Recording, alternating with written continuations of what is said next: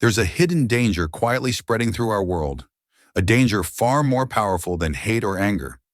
It's not about evil people doing bad things. It's about smart, good people slowly losing the ability to think for themselves. In this video, we're uncovering a terrifying truth from Dietrich Bonhoeffer, a man who bravely stood against one of history's darkest regimes. He warned that stupidity, not the kind you laugh at, but the kind that destroys societies, is one of the greatest threats humanity faces. Stick around until the end, because this isn't just a story from the past. It's a wake-up call for all of us today. What you'll hear might challenge everything you believe, and it will definitely make you think about how you live your life. If you find this important, please like the video, share it with friends, and subscribe to our channel. Together, we can spread the truth and help more people stay awake and aware in a world that desperately needs it. Now let's dive in and uncover the terrifying theory you were never meant to hear. You're about to hear something that might change how you see the world forever. Not because it's shocking, though it is, but because it reveals a quiet danger that hides in plain sight. A danger that grows, not in dark corners, but in bright, loud crowds. And here's the scary part. It's not evil. It's stupidity. Not the kind of stupidity we laugh at. Not people forgetting where they put their keys or making silly mistakes. This is something deeper, something darker, and it's much more dangerous.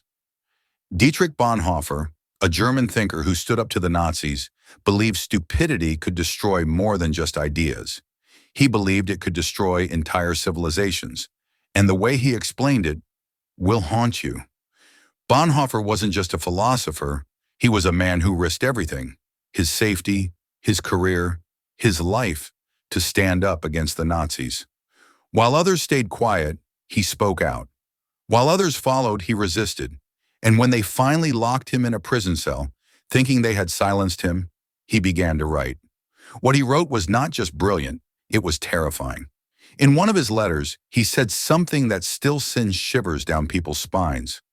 Stupidity is a more dangerous enemy of the good than evil. At first, that doesn't even make sense. How can being stupid be worse than being evil? Evil is planned. It's cold. It knows what it's doing.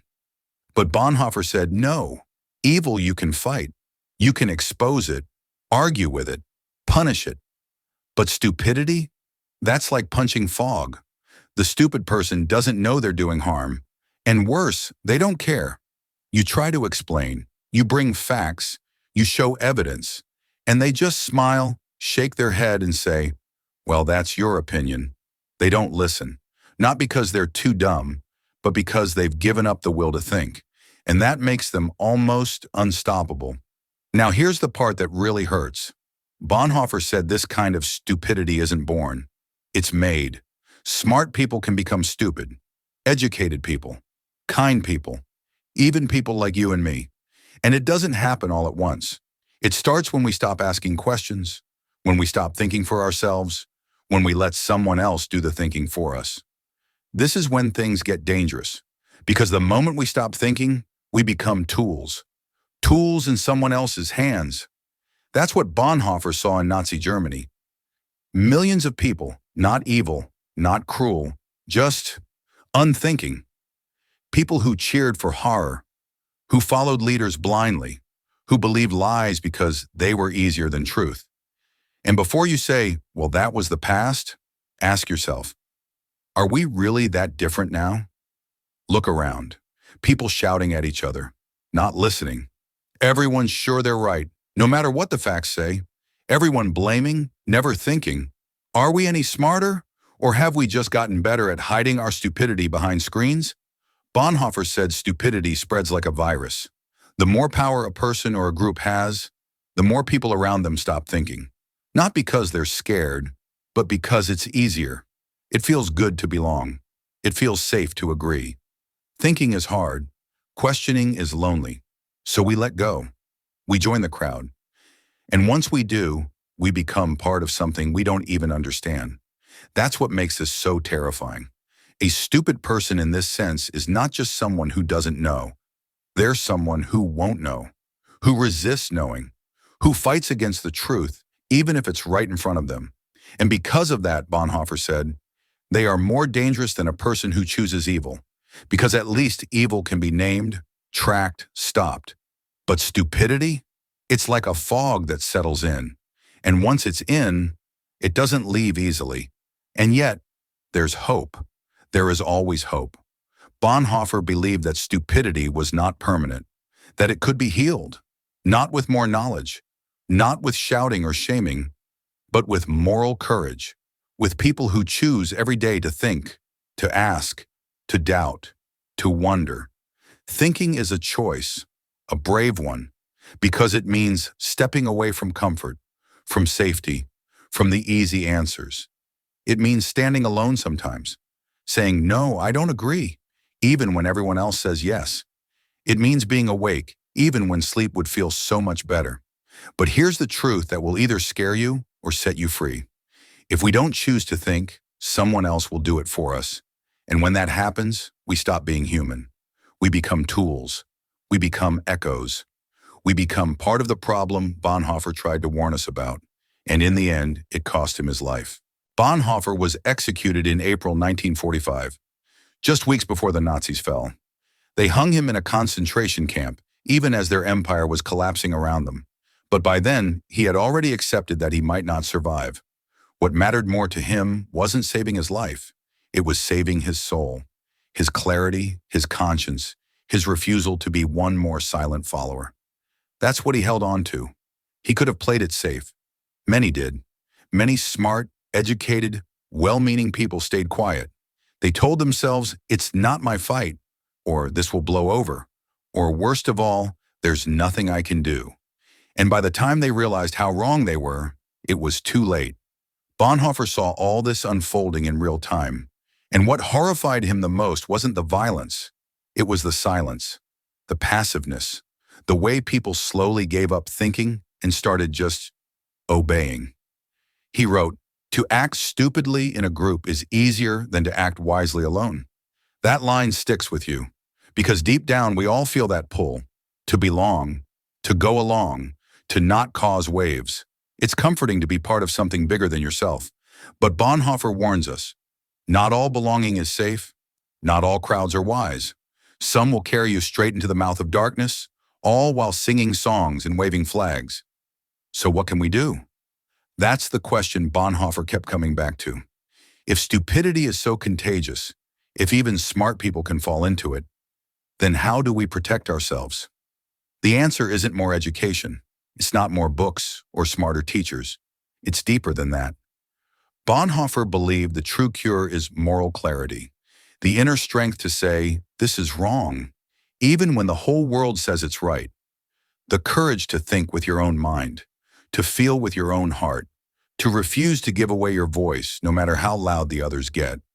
This kind of courage isn't loud. It's not flashy. It's quiet, steady, often lonely. It's the decision to question what you're told, to notice when something feels off, to not laugh at the cruel joke, to not nod just because everyone else is nodding. It's seeing clearly when others have chosen blindness. It's hard. Thinking deeply always is. There's a kind of pain that comes with waking up, because once you do, you can't go back to sleep. You start to see things differently. You start to feel a responsibility you didn't feel before, and sometimes that responsibility weighs heavy. But Bonhoeffer believed that weight is what makes us human. Without it, we're just shells. People who go through the motions, who say what we're told, who believe whatever's easiest. But with it, with that heavy, uncomfortable sense of responsibility, we become more than just bodies moving through space. We become souls, aware, awake, alive. Bonhoeffer didn't live to see the future he hoped for, but his words lived on. They still do, and they speak louder now than ever, because we are, once again, in a time where thinking has become dangerous, where disagreeing can get you shunned, where people choose sides like teams, not based on truth, but on loyalty, where fear and anger drown out wisdom. And in times like these, the most radical thing you can do is think. Think slowly. Think bravely. Ask questions. Listen. Change your mind. Don't be so sure. Be humble. Be kind. And most of all, be free. Free in your own mind. Free in your heart. That's how you stop the spread of stupidity.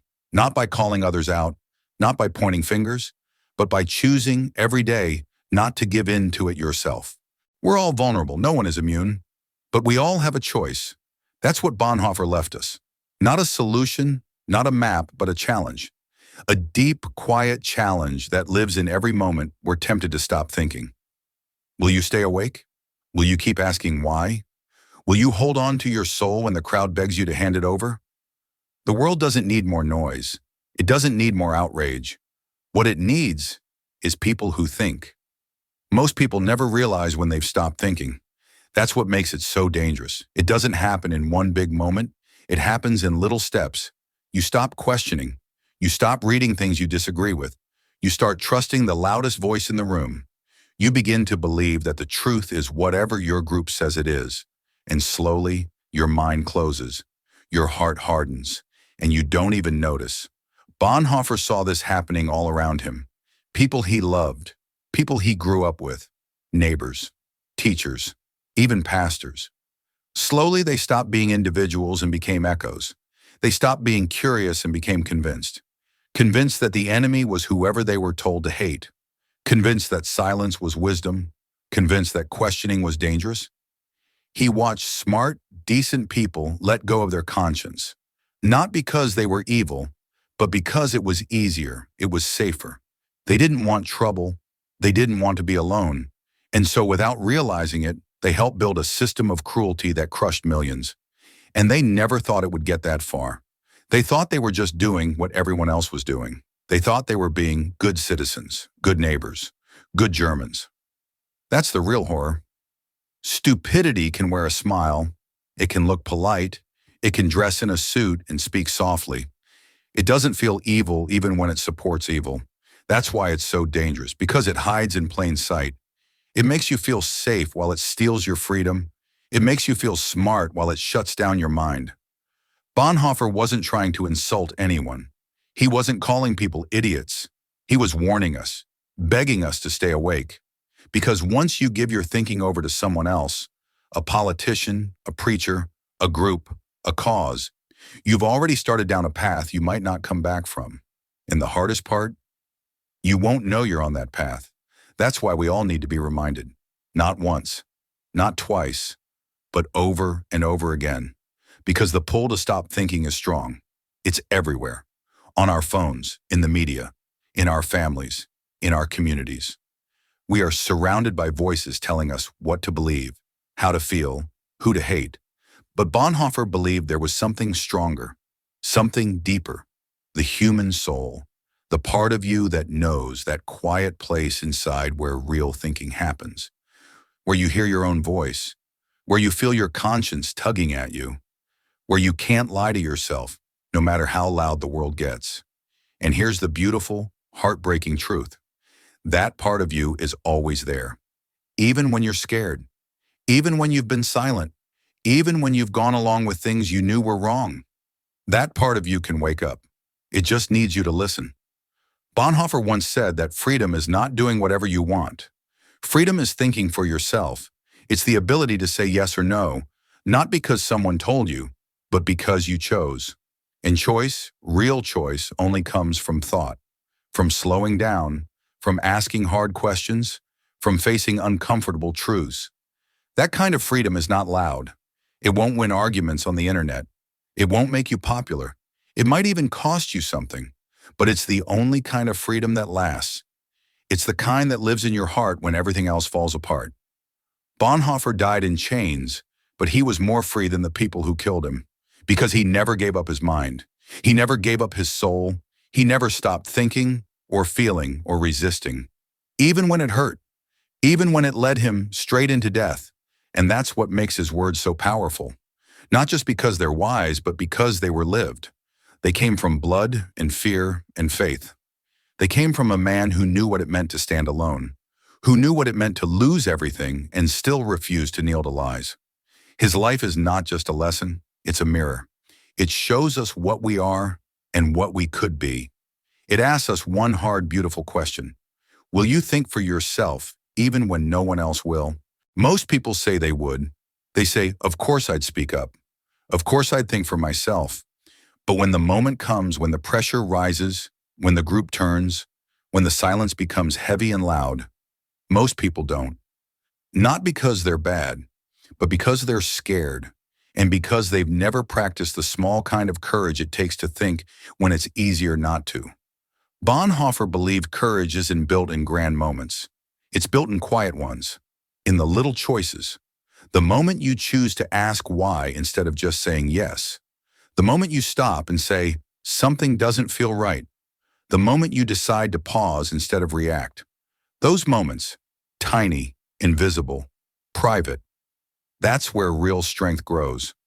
And when enough of those moments stack up, you become unshakable. Not loud, not angry, just clear. You know who you are. You know what you believe, and you don't need to scream it. You just live it. That's what Bonhoeffer did. He lived his truth. Even when the cost was everything. He was not superhuman. He was afraid. He doubted, he suffered, but he kept thinking. And that kept him free. Free from the spell of stupidity. Free from the fog that swallowed so many around him. Free from the easy answers that come with giving up your mind. That's the freedom he's offering us. Not a political freedom, not a freedom from struggle, but a deeper kind. The freedom to be fully human, to think, to feel, to stay awake in a world that's constantly trying to put you to sleep. And the truth is, the world needs people like that. Not more opinions, not more noise. It needs people who are willing to be quiet enough to hear their own conscience, who are willing to be wrong so they can grow, who are willing to stand alone so they don't lose themselves in the crowd. It needs you. Maybe no one's ever told you this before, but your ability to think is sacred. It's not just useful, it's holy. It's what separates you from a machine, from a mob, from a mirror that only reflects what it's shown. When you think, really think, you touch something deep and eternal. You wake up to what's real, what matters, what lasts.